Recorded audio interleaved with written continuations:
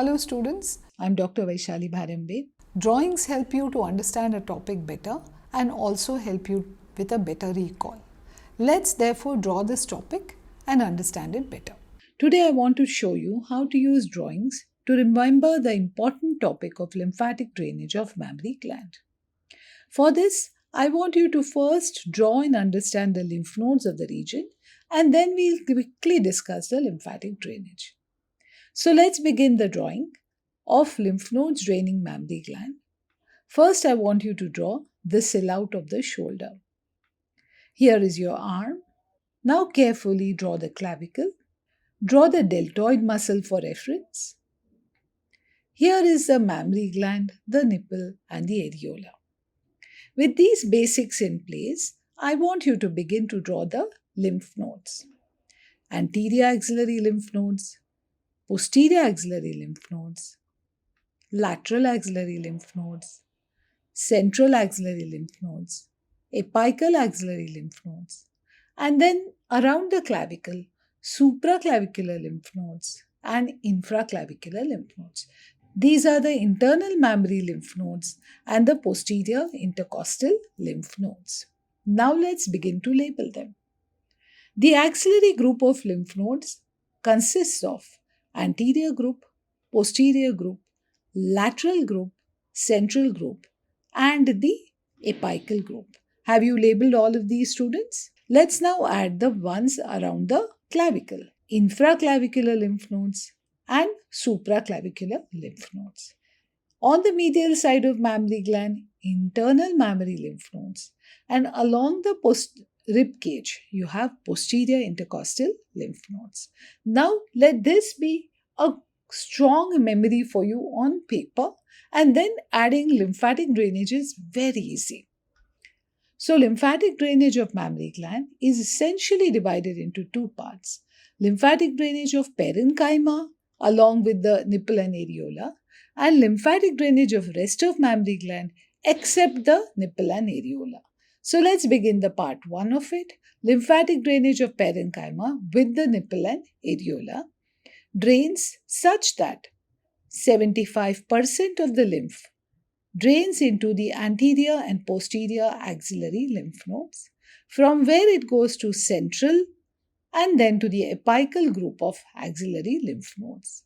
The medial half of mammary gland drains into the internal mammary lymph nodes in 20% of the cases. The 5% of the lymph drains into the posterior intercostal lymph nodes. So, 75% to the axillary group of lymph nodes, 20% to the internal mammary lymph nodes, and 5% to the posterior intercostal lymph nodes. Very easy if you know which are the lymph nodes and where they are located. Let's now go to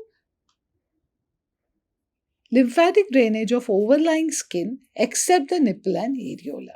Okay. For this, I want you to begin a second diagram. Draw the clavicle.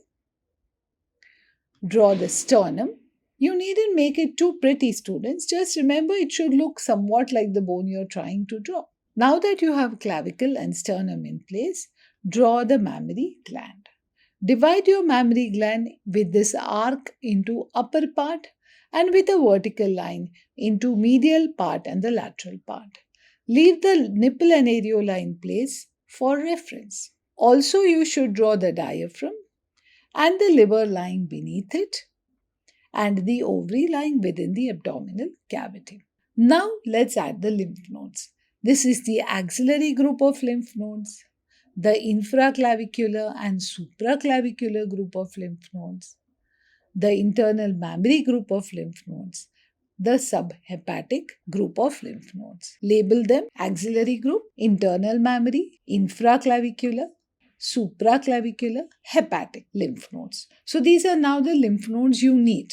Now let's understand the lymphatic drainage such that the lateral part of the mammary gland drains into the axillary lymph nodes, the upper part drains into the infraclavicular and supraclavicular lymph nodes, the medial part drains into the internal mammary and also crosses the midline to the opposite side, so that this is the part that is responsible for passage of spread of cancer from one mammary gland to the other.